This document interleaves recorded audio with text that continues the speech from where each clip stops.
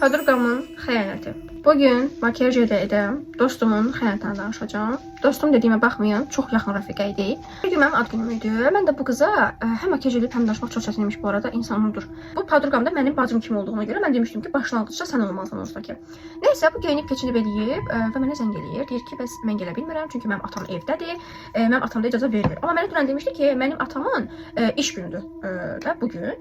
Mən də rahat da, yəni ki, gələcəkdə. Mən də bəs dedim ki, bəs atavın bugün iş günü axı necə oldu ki, sən yəni təzən gələsi olmadın falan filan.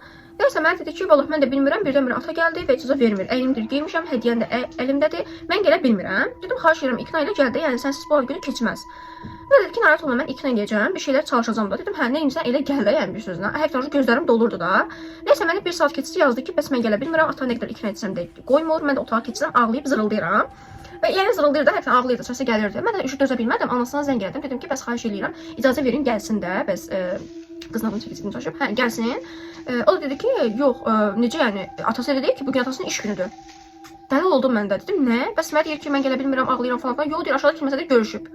Mən də ağlıma gətirirəm ki, bu kimlə görüşə bilər? Nə sevgilisi var, nə də məndən başqa dostu var. Merak etdim ki, acaba kimdir də? Bəlkə dedim uşaqlardan da əlavə belə məhəllə dostlarımız var idi. Bəlkə dedim onlardandır da. Amma dedim bu qədər vacib ola bilməz də, yəqin ki.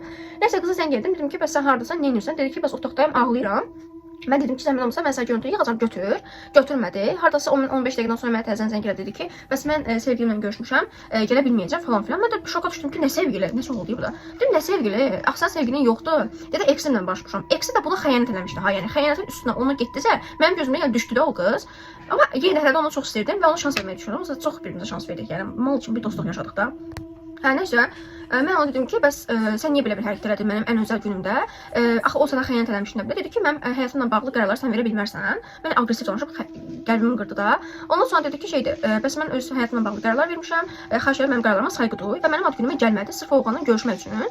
Yəni oğlana seçdi, mənə yox. Amma hal-hazırda oğlanla bərabər deyillər. Siz necə bir problemlə yaşamısınızsa aşağıda yazın mənə.